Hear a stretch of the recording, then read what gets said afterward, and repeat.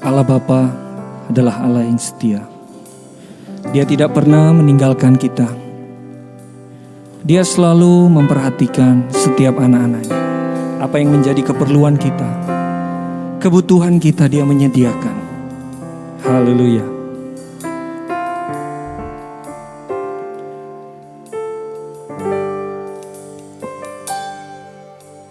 Bapa, Kau setia, Bapa Kau mulia. Bapa, Kau mulia. Tenanglah jiwaku, aman bersamamu. Bersama-sama. Lebih dari harta, Kaulah segalanya. Tenanglah jiwaku dalam hadirat-Mu.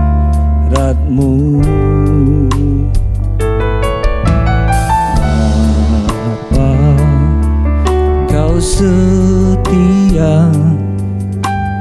Bapa, Kau mulia. Tenanglah jiwaku, aman bersamamu. Kau segalanya Bapa. Lebih dari harta, Kaulah segalanya. Tenanglah jiwaku dalam hadirat-Mu. Kau tunjukkan kasih setiamu. Kau menyediakan yang ku perlu. Kau setia, Kau mulia. Amin. Dulu, sekarang, dan selamanya. Kau tunjukkan kasih setiamu. Kau menyediakan yang ku perlu. Kau setia, Kau mulia. Bapa, Kau setia. Kau tunjukkan, Kau tunjukkan kasih setiamu. Kau menyediakan yang ku perlu. Kau setia, Kau mulia. Dulu, sekarang, dan selamanya. Kau tunjukkan kasih setiamu. Kau menyediakan yang ku perlu. Kau setia, Kau mulia. Kau setia, Kau setia, Kau mulia. Kau setia, Kau mulia. Bapa, Kau setia. Haleluya. Segala perkara dapat kutanggung di dalam Dia. Segala perkara dapat kutanggung di dalam Dia yang memberi kekuatan. Tuhan Yesus penolong dan sahabat. Tetap percaya Tuhan setia. Segala perkara dapat ku tanggung di dalam Dia yang memberi kekuatan. Oh, Tuhan Yesus penolong dan sahabat. Tetap percaya, Tuhan setia. Segala perkara dapat ku tanggung di dalam Dia. Segala perkara dapat ku tanggung di dalam Dia yang memberi kekuatan. Tuhan Yesus penolong dan sahabat. Tetap percaya, Tuhan setia. Tetap percaya, tetap percaya, Tuhan setia. Tetap percaya, Tuhan Yesus setia. Terima kasih Tuhan Yesus. Haleluya. Kami selalu memuji-Mu, berharap kepadamu Tuhan. Oh, haleluya, haleluya. Terima kasih Tuhan. Kekuatan dari Engkau memampukan kami melewati saat-saat ini Tuhan. Haleluya. Amin.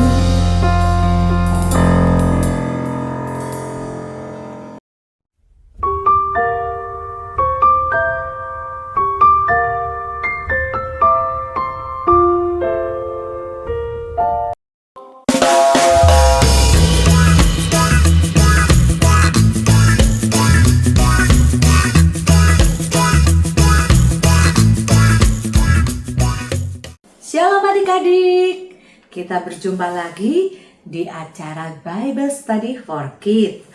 Semuanya sudah siap mau mendengarkan firman Tuhan? Puji Tuhan, kita mau sama-sama mendengarkan kebenaran firman Tuhan.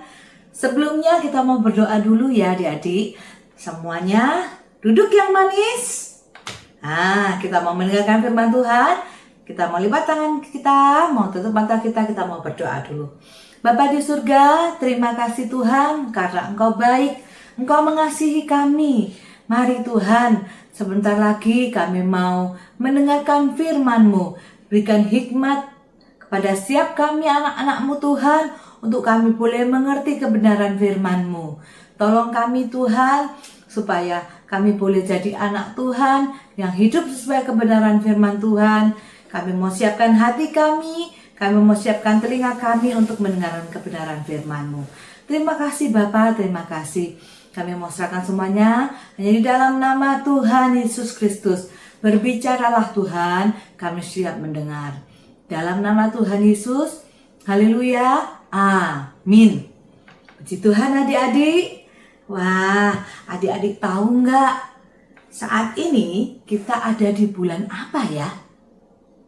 Kita ada di bulan yang terakhir di tahun ini.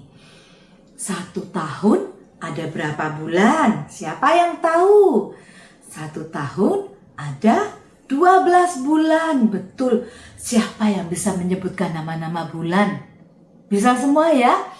Januari, Februari, Maret, April, Mei, Juni, Juli, Agustus, September, Oktober, November, Desember. Wah, pandai semua. Saat ini kita ada di bulan terakhir di tahun ini, yaitu bulan Desember. Nah, di bulan Desember ini ada momen yang sangat istimewa untuk kita anak-anak Tuhan, untuk orang Kristen. Momen apa itu ya adik-adik? Betul, Natal, acara Natal. Mungkin kalau adik-adik pergi ke tempat umum, misalnya di mall atau di gereja, pasti sudah banyak hiasannya. Hiasan Natal adik-adik ya. Semuanya bagus-bagus. Mungkin juga di rumahnya adik-adik sudah sama-sama memasang pohon Natal. Nah, tapi adik-adik tahu nggak ya, apa arti Natal sebenarnya? Apakah arti Natal tentang hadiah? Oh, ada yang dapat hadiah ya? Oh, ada mungkin ini acara liburan? Wah, boleh juga. Tetapi adik-adik, Natal yang sebenarnya itu adalah apa? Hari lahirnya Tuhan Yesus. Firman Tuhan saat ini judulnya adalah Jesus has been born. Kita ambil di ayat dasarnya di Lukas 2 ayat 11. Telah lahir bagimu Juru Selamat Yesus Kristus Tuhan. Kita mau lihat kepada firman Tuhan ya. Saat itu Ibu Maria, siapa yang tahu namanya mamanya Tuhan Yesus? Ibu Maria. Kalau papanya Bapak Yusuf ya. Nah, Ibu Maria ini didatangi oleh malaikat Tuhan, yaitu Gabriel. Gabriel memberikan pemberitahuan kepada Ibu Maria ini bahwa Ibu Maria dapat tugas, yaitu untuk apa? Untuk jadi mamanya Tuhan Yesus selama di dunia ini. Ibu Maria mengandung dari Roh Kudus. Nah, waktu itu Ibu Maria mau belajar untuk taat dan menerima meskipun dia nggak mengerti. Tetapi dia mau taat sama perintah Tuhan. Ibu Maria berkata, jadilah kepadaku sesuai kehendak-Mu. Nah, ada hal yang bagus dari Ibu Maria yang kita bisa belajar adik-adik, yaitu nurut, taat, dengar-dengaran. Adik-adik juga gitu ya, harus dengar-dengaran, nurut dan taat sama orang tuanya. Kalau mamanya ajak, ayo makan, nah semua harus taat. Sekolah, belajar, taat. Nah, bagus ya adik-adik, ketaatan itu akan mendapatkan hasil yang baik. Kemudian Ibu Maria ini hamil. Di dalamnya ada babynya. Nah, adik-adik juga dulu dikandung sama mamanya di perutnya selama berapa lama adik-adik? Ada yang tahu? Ya, betul. 9 bulan. Mamanya hamil 9 bulan. Sekitar 9 bulan 10 hari. Kemudian awalnya babynya kan kecil. Kemudian tambah lama tambah besar. Akhirnya babynya kalau sudah besar 9 bulan lebih 10 hari, lahir babynya. Nah, siapa yang tahu baby kalau nangis bunyinya seperti apa? Betul, oek, oek, gitu ya adik-adik ya, lucu ya. Mungkin adik-adik lihat, mungkin ada yang maminya lagi hamil, adik-adik ya, baby gitu ya, pasti perutnya besar, berat buat adik-adik, nggak mudah jalan dengan perut yang besar. Mau tidur juga untuk balik kanan dan kiri itu juga sulit adik-adik ya. Sedangkan Ibu Maria ini pada saat dia hamil besar, mereka mendapatkan perintah dari Kaisar Agustus untuk orang kembali ke daerahnya masing-masing. Untuk apa? Untuk adanya sensus penduduk. Nah, dengan perut yang besar, Ibu Maria dan Bapak Yusuf harus kembali ke kotanya. Padahal perut yang besar itu gak gampang adik-adik melakukan perjalanan. Kalau sekarang ada mobil yang masih nyaman untuk perjalanan jauh. Bisa naik kereta ataupun naik pesawat. Tapi zaman dahulu orang-orang kendaraannya apa? Naik kuda atau keledai atau unta. Wah, kalau adik-adik lihat di petanya ini, Bapak Yusuf dan Ibu Maria dari Nazaret ke Bethlehem. Itu jarak yang cukup jauh ya adik-adik ya. Dengan Ibu Maria perutnya sudah besar. Tetapi mereka harus mematuhi perintah dari kaisar untuk diadakan sensus penduduk. Nah, di perjalanan yang jauh itu, setelah melewati perjalanan jauh itu, saat mereka sudah sampai tiba di kota Bethlehem, Ibu Maria ini merasa perutnya sakit adik-adik. Karena apa perutnya sakit? Karena Ibu Marianya mau melahirkan. Iya, mau melahirkan. Babynya mau lahir. Jadi, mereka mencari penginapan untuk tinggal. Zaman dahulu pun penginapan nggak seperti hotel zaman sekarang ya. Penginapan itu sama dengan kalau sekarang kita menyebutnya hotel. Kalau sekarang hotelnya bagus, kasurnya bagus, mungkin ada swimming poolnya, ada playgroundnya. Tapi zaman dahulu penginapan itu hanya tempat untuk beristirahat, tempat untuk tidur saja. Tapi itu pun penuh adik-adik. Setelah Bapak Yusuf dan Ibu Maria itu mencari ke penginapan daerah situ, penuh, mereka katakan penuh, tidak ada tempat. Wah, sedih adik-adik ya. Mereka sudah capek, Ibu Maria juga sudah sakit perutnya waktunya melahirkan, tetapi nggak ada tempat. Kemudian ada orang memberikan usulan adik-adik. Di situ ada tempat, tapi bukan penginapan. Tempat apa itu ya? Oh, ternyata itu adalah sebuah kandang. Adik-adik tahu nggak? Kandang itu tempat apa? Ya betul, kandang itu tempat tinggalnya binatang adik-adik. Tempatnya kambing, domba, kuda. Waduh, kalau tempatnya binatang kira-kira bersih atau kotor ya adik-adik? Wah, bau mungkin juga ya adik-adik. Karena binatang itu nggak bisa kalau buang air kecil atau buang air besarnya di kamar mandi. Mereka akan buang air kecil dan air besarnya sembarangan. Sehingga kandang itu kotor. Tetapi karena tidak ada tempat, Bapak Yusuf dan Ibu Maria ini menerima kandang itu sebagai tempat untuk melahirkan. Karena Ibu Maria sudah perutnya sakit, sudah waktunya melahirkan. Jadi nanti kasurnya Tuhan Yesus, babynya Tuhan Yesus itu bukan box baby, tetapi palungan tempat lahirnya, tempat makannya hewan-hewan itu dikasih kain yang sederhana, bukan kain yang bagus, untuk meletakkan bayinya Tuhan Yesus. Wah, kasihan adik-adik ya. Tetapi kita belajar dari peristiwa ini. Segala sesuatu Tuhan izinkan karena apa?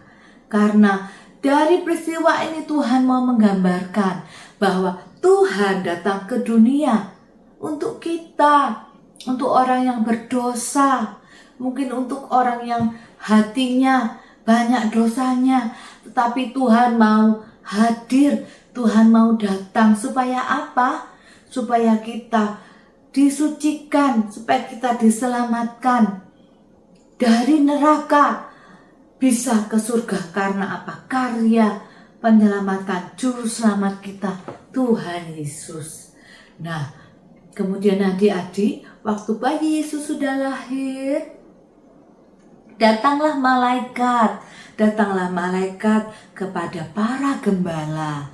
Malaikat memberitahu para gembala bahwa Yesus Kristus Tuhan telah lahir di kota Daud, di Bethlehem. Para gembala bersukacita. Mereka datang ke kandang dan melihat bayi Yesus. Karena mereka menantikan juru selamat, mereka menantikan Mesias, mereka ada dalam masa kesulitan. Mereka bersukacita karena ada pengharapan. Mereka datang dan menyembah kepada bayi Yesus. Selain itu, ada juga adik-adik orang Majus. Orang Majus itu adalah orang-orang yang kaya dan orang-orang yang pintar. Mereka sempat bertanya kepada Raja Herodes karena mereka melihat bintang di langit, tanda lahirnya seorang raja. Kemudian Herodes heran, siapa yang lahir? Herodes berpesan kepada orang Majus ini, kalau mereka menemukan bayi raja yang lahir, harus lapor kepada Herodes ini. Karena dia mau apa? Mau membinasakan, mau membunuh bayi ini. Kejam adik-adik ya. Nah, tetapi orang-orang Majus ini dengan dipimpin oleh bintang-bintang menunjukkan jalannya, dan mereka akhirnya bertemu dengan siapa? Dengan bayi Yesus. Mereka datang membawa persembahan. Persembahannya adalah emas, kemenyan, dan mur. Emas itu sesuatu yang berharga. Adik-adik ya, biasanya orang memakai perhiasan itu menggunakan emas dan harganya mahal. Mereka memberikan persembahan yang terbaik kepada Tuhan. Mereka juga memberikan kemenyan. Kemenyan itu baunya harum adik-adik. Juga mereka memberikan persembahan mur. Semua ini adalah persembahan yang terbaik diberikan kepada bayi Yesus, Raja segala raja. Kemudian orang Majus ini juga datang untuk menyembah. Nah, waktu itu Raja Herodes marah kan? Dia tidak mau ada raja lain. Dia berniat untuk membunuh bayi-bayi. Kemudian bayi Yesus itu akhirnya dibawa dulu ke sebuah negara, ke Mesir untuk diselamatkan. Sehingga selamat dan bertumbuh. Bayi Yesus bertumbuh seperti adik-adik. Enggak bayi terus. Tambah lama tambah besar. Bertumbuh dalam kasih karunia Tuhan. Dan kemudian setelah situasi aman, Tuhan Yesus kembali ke negaranya, kembali ke kotanya, yaitu ke Nazaret. Nah, adik-adik, peristiwa ini adalah peristiwa yang luar biasa. Ini adalah kejadian yang sangat ajaib. Karena apa adik-adik? Dengan adanya peristiwa ini, kita manusia, kita yang harusnya masuk neraka, ya, kita bisa masuk ke surga. Tuhan Yesus jadi jembatannya adik-adik. Kita harusnya binasa, tetapi karena kasihnya Tuhan, Tuhan Yesus mau datang ke dunia, mau menderita, bahkan mau disalib untuk menebus dosa kita. Tuhan Yesus baik ya adik-adik ya. Puji Tuhan. Kita mau baca ayat dasar kita dulu hari ini di Lukas 2 ayat 11. Nanti ini akan jadi ayat hafalan kita ya. Lukas 2 ayat 11. Hari ini telah lahir bagimu juru selamat, yaitu Kristus Tuhan di kota Daud. Nah, luar biasa adik-adik. Kita sungguh bersyukur, kita sungguh bangga, kita sungguh berterima kasih karena Tuhan mau mati buat kita. Kita mau belajar dari peristiwa Natal ini. Peristiwa Natal ini bukan tentang baju baru, bukan tentang hadiah, bukan tentang pergi, bukan tentang tampil di panggung waktu pelayanan, tetapi tentang kelahiran Tuhan Yesus, tentang penyelamatan, tentang kasih adik-adik ya. Nomor 1 kita belajar, sungguh besar kasih Tuhan kepada manusia. Ada di Yohanes 3 ayat 16. Karena begitu besar kasih Allah akan dunia ini, sehingga dia mengaruniakan anaknya yang tunggal, supaya setiap kita yang percaya tidak binasa, tetapi beroleh hidup yang kekal. Jadi adik-adik, kita mau percaya kepada Tuhan Yesus. Kita mau percaya kepada janjinya. Siapa mau percaya kepada Tuhan? Siapa mau terima kasihnya Tuhan? Puji Tuhan. Yang kedua, gambaran Tuhan Yesus datang sebagai bayi adalah gambaran adanya harapan baru bagi manusia. Harapan baru juga buat Miss dan buat adik-adik, juga buat semua orang di sekitar kita. Karena apa? Karena Tuhan Yesus adalah harapan yang pasti, harapan yang ya dan amin. Karena rencana Tuhan itu indah dalam hidup kita. Ada di Yeremia 29 ayat 11. Bahwa rancangan Tuhan adalah rancangan damai sejahtera yang akan memberikan kepada kita semua, apa adik-adik, masa depan yang penuh dengan pengharapan. Kemudian yang ketiga, dengan adanya kelahiran Tuhan Yesus, kita juga mau belajar untuk apa? Memberikan hati kita, hidup kita sebagai tempat di mana Tuhan memimpin, Tuhan bertahta. Waktu Ibu Maria sampai di Bethlehem tadi, nggak ada ya tempat untuk penginapan yang kosong. Tuhan Yesus akhirnya dilahirkan di kandang. Tetapi saat ini kita mau rindukan, kita mau undang Tuhan Yesus hadir dalam hidup kita. Kita mau memberi tempat untuk Tuhan Yesus dalam hati kita. Into my heart, into my heart, come into my heart, Lord Jesus, come in today, come in to stay, come into my heart, Lord Jesus. Di Roma 10 ayat 10 mengatakan, karena dengan hati orang percaya dibenarkan dan dengan mulut mengaku diselamatkan. Kita mau sama-sama terima Tuhan Yesus sebagai Tuhan dan Juru Selamat dalam hidup kita dan memberikan yang terbaik untuk kemuliaan Tuhan.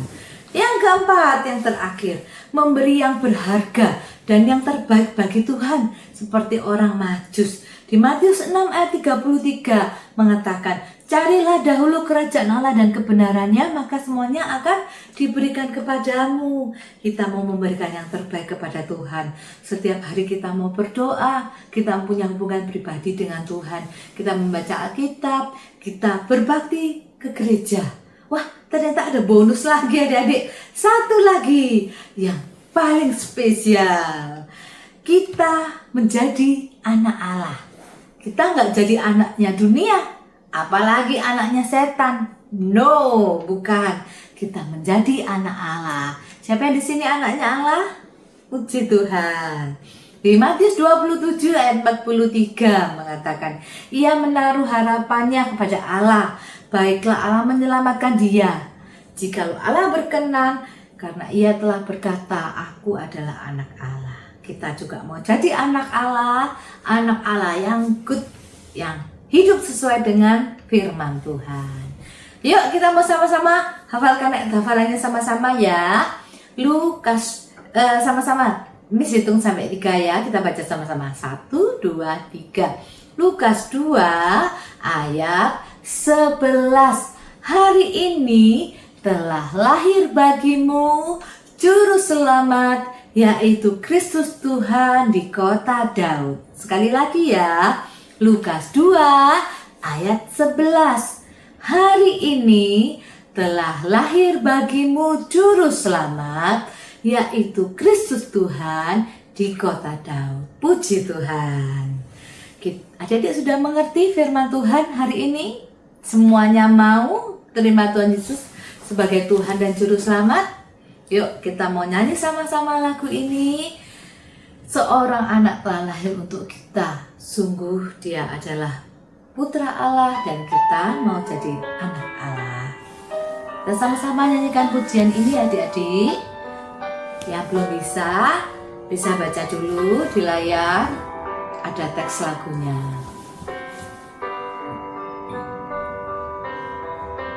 Seorang anaklah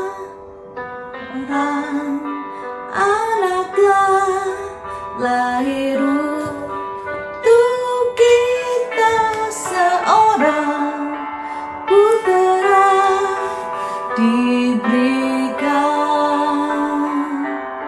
lambang pemerintahan di atas bahunya, dan namanya pun disebut orang.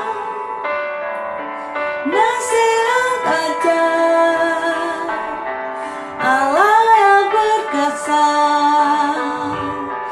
Bapa yang kekal, Raja damai. Sambutlah Dia, Yesus Tuhan, Juru Selamat dunia.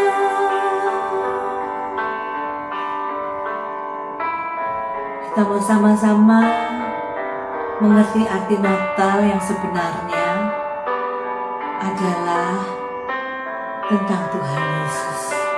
Bukan tentang hadiah, bukan tentang baju baru, bukan tentang yang lainnya,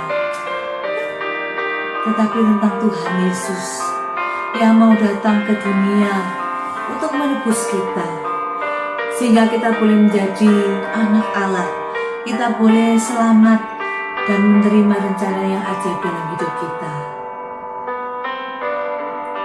Anaklah lahir untuk kita, seorang putera diberikan, lambang pemerintahan di atas bahunya, dan namanya pun disebut orang. Nasihat ajar Allah yang perkasa, Bapa yang kekal, Raja damai. Sambutlah Dia, Yesus Tuhan, Juru Selamat dunia. Nasihat ajar Allah yang perkasa, Bapa yang kekal, Raja damai. Sambutlah Dia, Yesus Tuhan, Juru Selamat dunia. Sambutlah Dia, Yesus Tuhan, Juru Selamat dunia. Selamat dunia.